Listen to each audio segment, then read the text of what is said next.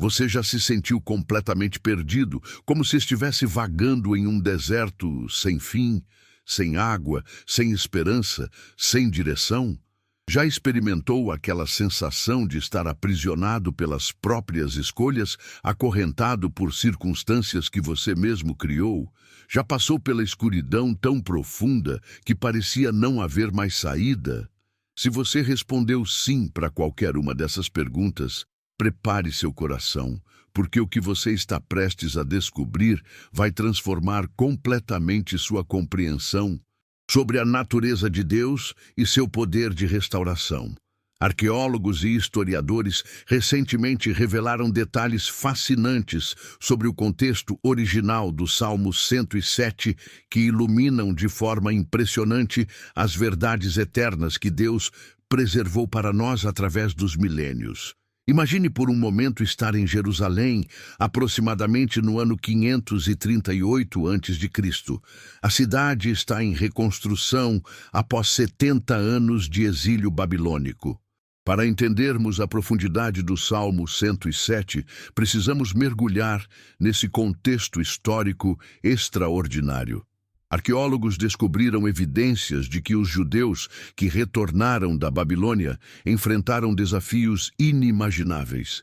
Escavações na região revelam que Jerusalém estava em ruínas, as muralhas destruídas, o templo reduzido a escombros.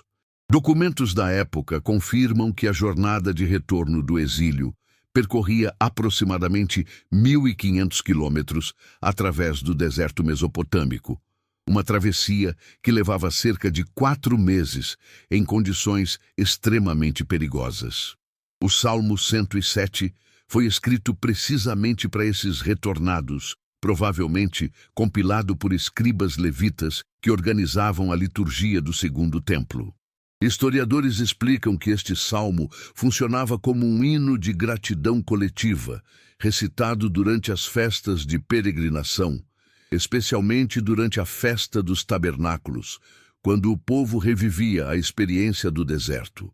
A palavra hebraica que abre o salmo é rodu, que vem da raiz yadá, significando não apenas agradecer, mas confessar publicamente, declarar abertamente as obras de Deus. No contexto cultural da época, essa confissão pública era revolucionária, porque transformava testemunho pessoal em adoração coletiva. Vamos mergulhar no texto completo, palavra por palavra, revelando camadas de significado que permaneceram escondidas por séculos.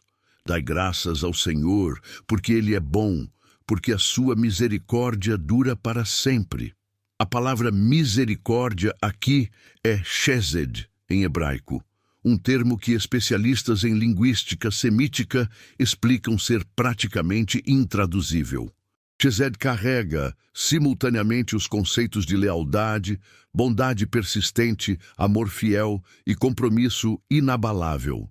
Antropólogos culturais revelam que nas sociedades antigas do Oriente Próximo, chesed era o termo usado para descrever a fidelidade de um rei para com seus súditos em tempos de crise. Deus estava se apresentando como o rei definitivo que jamais abandona seu povo. Digam-no os remidos do Senhor, os que remiu da mão do adversário.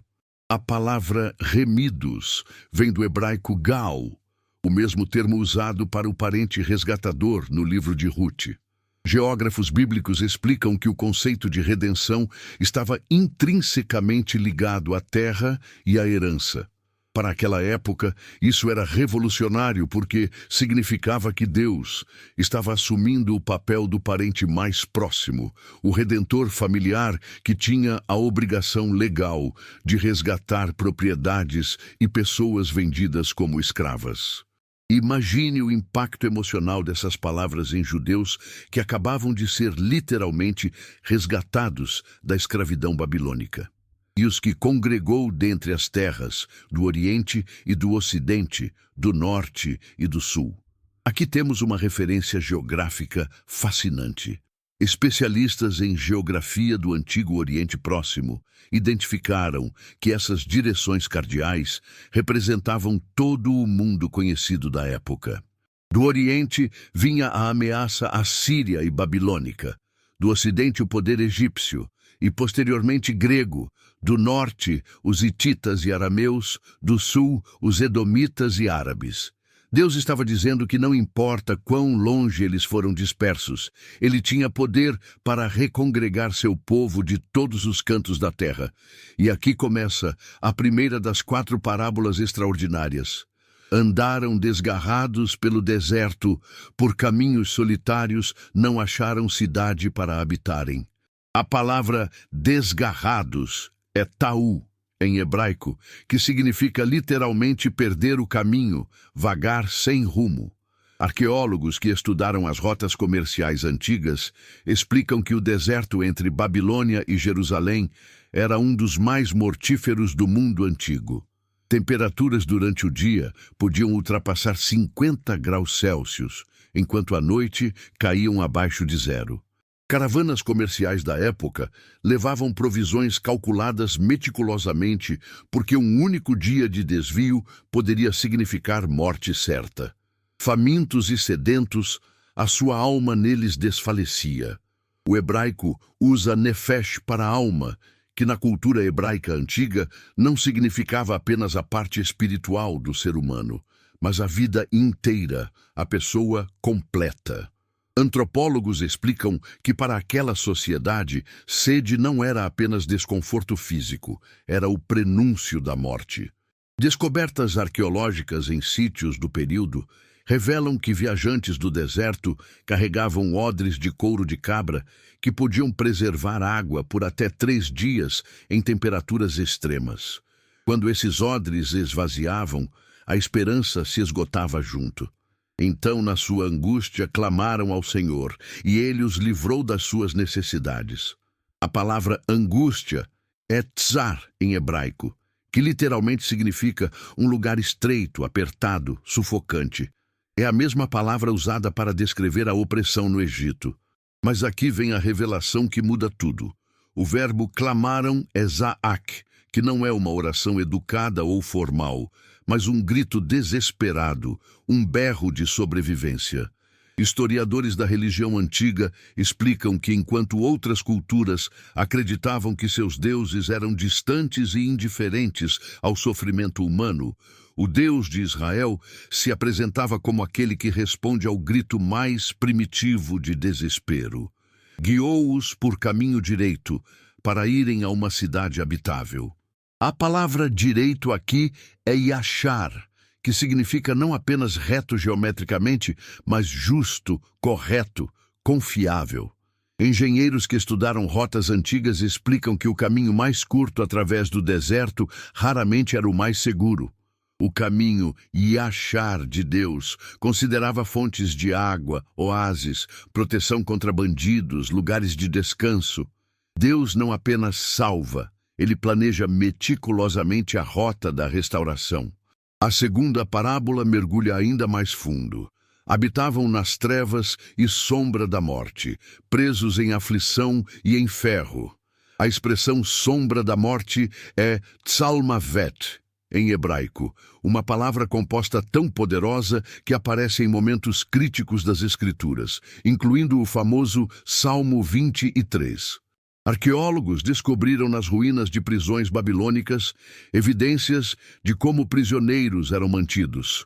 Correntes de ferro que pesavam até 15 quilos, celas subterrâneas sem luz natural, condições descritas em tabletes cuneiformes como casas sem saída, onde pó é o alimento e barro é a comida. Para aquela época, prisão não era apenas punição, era morte lenta e deliberada. Porquanto se rebelaram contra as palavras de Deus e desprezaram o conselho do Altíssimo. Aqui o salmista faz uma conexão causal profunda. A palavra rebelaram é mará, que significa amargar, tornar amargo, recusar-se obstinadamente. Especialistas em psicologia cultural do mundo antigo explicam que rebelião não era vista apenas como desobediência, mas como quebra de relacionamento, como um filho que rejeita a sabedoria do pai.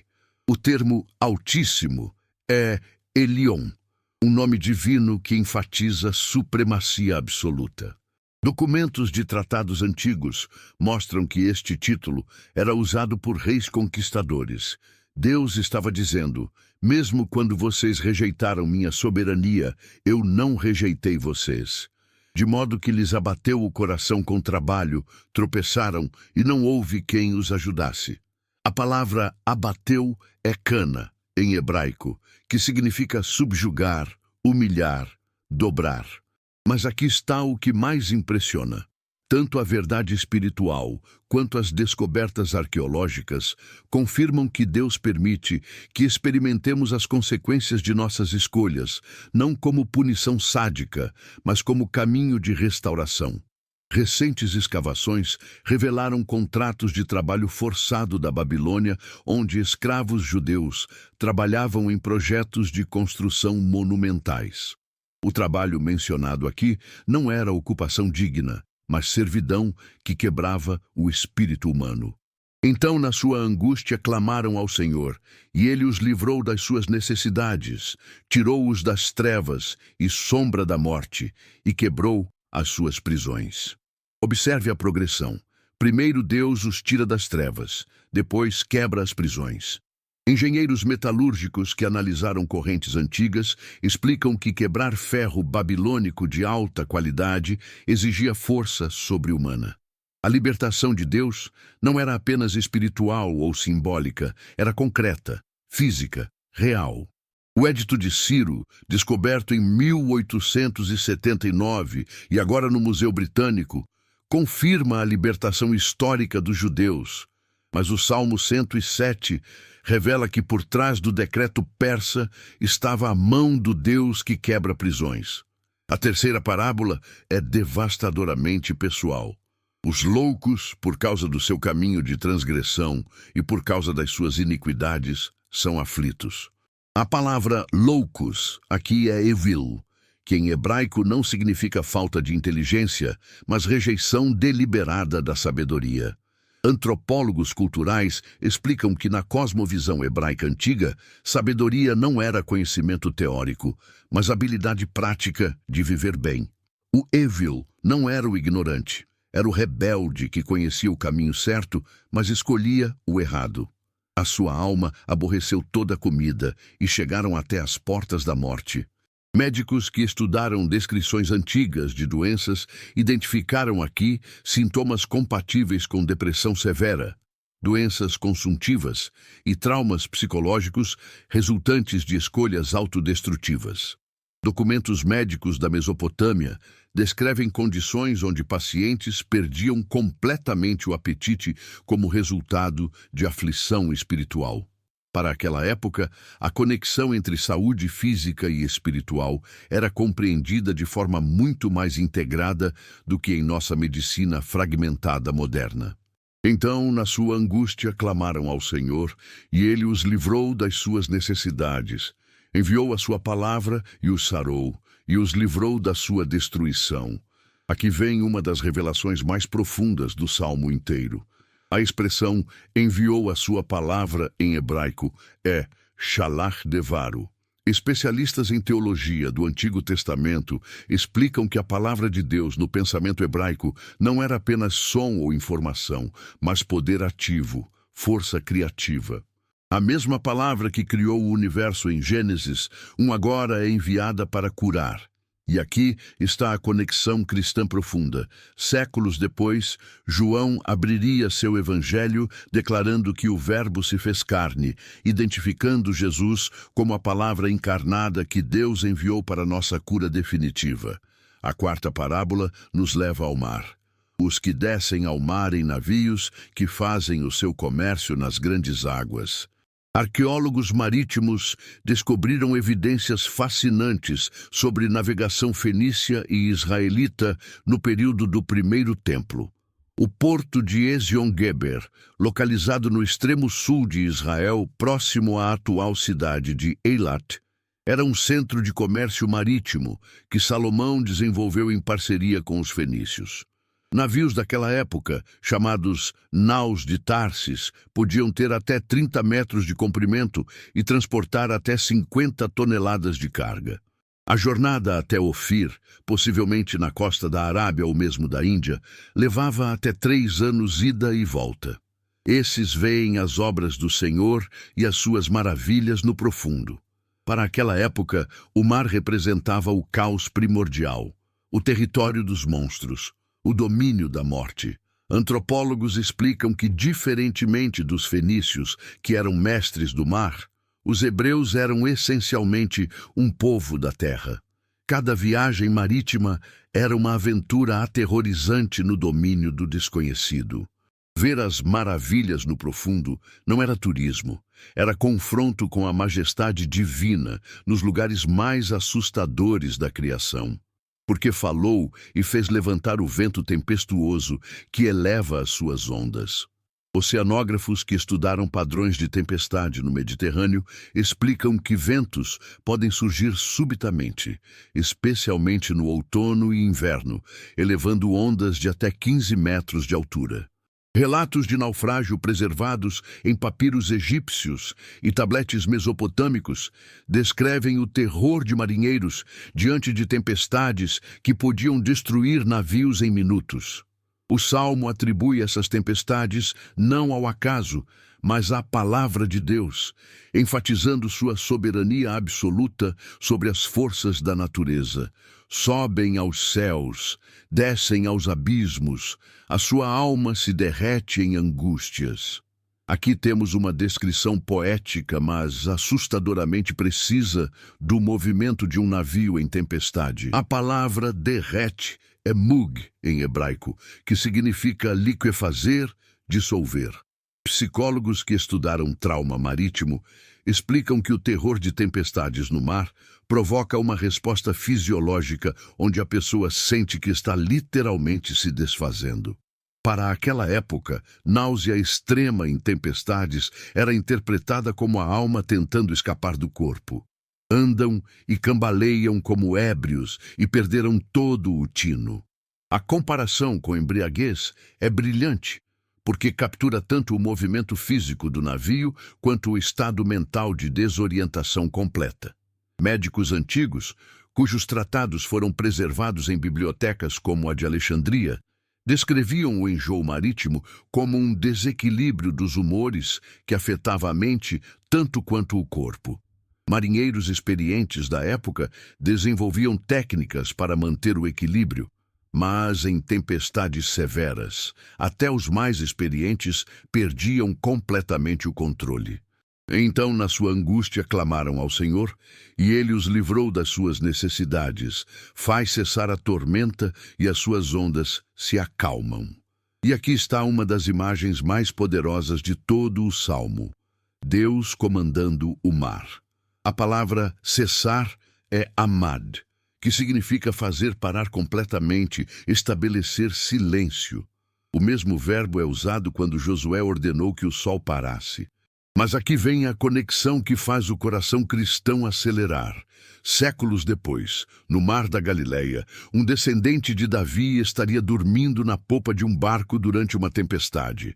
Seus discípulos o acordariam em pânico, e ele simplesmente ordenaria: acalma-te, aquieta-te. E o mar obedeceria. Os discípulos perguntariam aterrorizados: quem é este que até o vento e o mar lhe obedecem? A resposta estava escrita no Salmo 107. Apenas o Criador comanda o caos. Então se alegram com a bonança, e assim os leva ao porto desejado. A palavra bonança é shakat em hebraico, que significa tranquilidade profunda, silêncio sereno. Mas observe a frase final: porto desejado. A palavra hebraica para desejado é shephetz, que significa prazer, deleite, propósito. Deus não apenas acalma nossas tempestades, Ele nos conduz ao destino que sempre planejou para nós, o lugar de nosso propósito e realização. E agora vem o refrão majestoso que atravessa todo o Salmo como um rio de gratidão. Louvem ao Senhor pela sua bondade e pelas suas maravilhas para com os filhos dos homens. Esta frase aparece 4 vezes, uma para cada parábola. A palavra maravilhas é niflaot, que vem da raiz pala, significando coisas extraordinárias, impossíveis, sobrenaturais. Linguistas explicam que esta palavra era reservada para atos que transcendiam completamente a capacidade humana. Cada libertação descrita no Salmo não era resultado de esforço humano, mas intervenção divina miraculosa. Mas o Salmo não termina com as 4 parábolas. Há uma 5ª seção que revela o mistério mais profundo de todos. Converte os rios em deserto e as fontes de água em terra sedenta. Aqui Deus demonstra seu poder de juízo. A palavra converte é sim, que significa colocar, estabelecer, transformar completamente. Geólogos que estudaram mudanças climáticas no Oriente Próximo Antigo confirmam que regiões inteiras experimentaram desertificação, algumas claramente ligadas a práticas agrícolas insustentáveis, que textos bíblicos conectam à desobediência espiritual. A terra frutífera em salgados pela maldade dos que nela habitam. Arqueólogos descobriram evidências impressionantes de salinização do solo em regiões da Mesopotâmia, onde civilizações inteiras colapsaram. Especialistas em agricultura antiga explicam que irrigação inadequada elevava o lençol freático, trazendo sais minerais à superfície e tornando a terra estéril. O julgamento de Deus muitas vezes opera através das consequências naturais de nossas escolhas destrutivas. E então acontece a transformação mais dramática, a revelação que dá título a esta mensagem.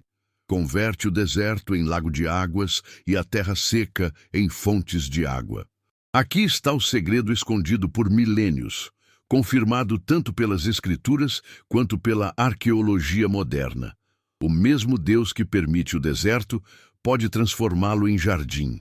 A palavra lago é agam, que significa não apenas água parada, mas reservatório abundante, fonte de vida permanente. Engenheiros hidráulicos que estudaram sistemas antigos de água explicam que criar um lago no deserto exigia intervenção miraculosa ou tecnologia avançada. Deus estava prometendo fazer o impossível e faz habitar ali os famintos para que edifiquem cidade para a habitação. Observe a progressão. Primeiro vem a água, depois vem o povo, depois vem a cidade. Urbanistas que estudaram o desenvolvimento de cidades antigas explicam que assentamentos permanentes sempre surgiam ao redor de fontes confiáveis de água. Jericó, considerada a cidade mais antiga do mundo, com evidências de ocupação contínua por 11.000 anos, desenvolveu-se precisamente ao redor de uma fonte perene no meio do deserto. Deus não apenas provê sobrevivência, Ele cria condições para a civilização, para a comunidade, para a prosperidade duradoura. E semeiam os campos e plantam vinhas que produzem fruto abundante. A palavra fruto aqui é peri, que vem da raiz pará, significando ser frutífero, multiplicar-se. Agrônomos que estudaram a agricultura do Oriente Próximo Antigo explicam que vinhas eram um investimento de longo prazo, levando de 3 a 5 anos para começar a produzir. Plantar vinhas no deserto transformado era ato supremo de fé, declaração de que a provisão de Deus seria permanente, não temporária. Também os abençoa, de modo que se multiplicam muito, e o seu gado não diminui. Aqui temos a bênção abraâmica sendo realizada. Multiplicação, prosperidade, herança permanente. A palavra abençoa é barak, que significa literalmente dobrar os joelhos, mas no sentido de reverência e também de capacitar, energizar, empoderar. Economistas que estudaram sistemas pastoris antigos explicam que rebanhos eram a principal forma de riqueza e segurança econômica. Um rebanho que não diminui em ambiente desértico é milagre econômico além de ecológico. Mas depois diminuem e são abatidos pela opressão, pela adversidade e tristeza. O Salmo é brutalmente honesto sobre os ciclos da vida. A palavra opressão é otzar, que significa pressão, constrição, dificuldade. Historiadores sociais explicam que comunidades agrícolas do mundo antigo viviam em constante vulnerabilidade a invasões, secas, pragas e exploração por impérios vizinhos. O Salmo não promete ausência de dificuldades, mas presença de Deus através delas. Derrama desprezo sobre os príncipes e os faz andar desgarrados pelo deserto onde não há caminho. Aqui vemos a reversão do poder humano. A palavra príncipes é nedivim, que significa nobres, generosos, mas também os poderosos. Deus tem poder para humilhar os orgulhosos, transformar opressores em errantes. Arqueólogos descobriram inscrições de reis poderosos da Assíria e Babilônia que foram derrotados e exilados, incluindo Nabucodonosor, que experimentou literalmente a loucura no campo descrita em Daniel 4, mas livra ao necessitado da opressão e faz as famílias como rebanhos. E aqui está o coração de Deus revelado. Ele toma o lado do oprimido. A palavra necessitado é evion, que significa o empobrecido, o que não tem nada. Antropólogos culturais explicam que sociedades antigas eram brutalmente estratificadas. A promessa de que Deus transforma famílias destituídas em rebanhos prósperos era revolucionária, subversiva, transformadora. Os retos o verão e se alegrarão, e toda iniquidade tapará a boca. A palavra retos é yesharim, os que andam no caminho correto. A expressão tapará a boca significa ficar sem resposta, ser silenciado completamente. Todas as acusações contra a justiça de Deus, todas as dúvidas sobre seu cuidado, todas as questões sobre sua bondade serão respondidas de forma tão definitiva que até os céticos não terão o que dizer. E o Salmo conclui com um chamado à sabedoria. Quem é sábio observará estas coisas, e eles compreenderão as bondades do Senhor. A palavra observará é chamar, que significa não apenas ver, mas guardar, proteger, meditar, colocar em prática. E bondades é novamente chesed, aquele amor leal e inabalável que atravessa todo o Salmo. Especialistas em literatura sapiencial explicam que este versículo final transforma o Salmo inteiro de narrativa histórica em convite pessoal.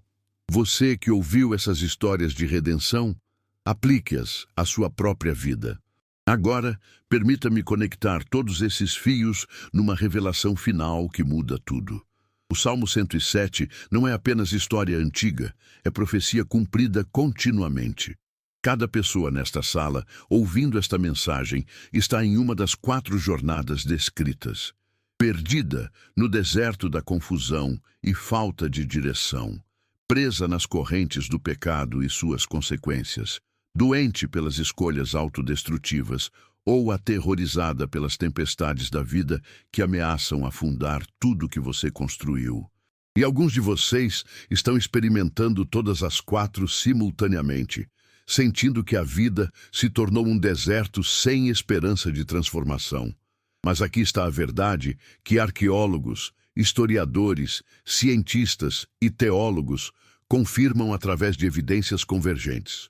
O Deus que transformou o deserto literal em lago para Israel físico tem poder infinitamente maior para transformar o deserto da sua alma em jardim de abundância.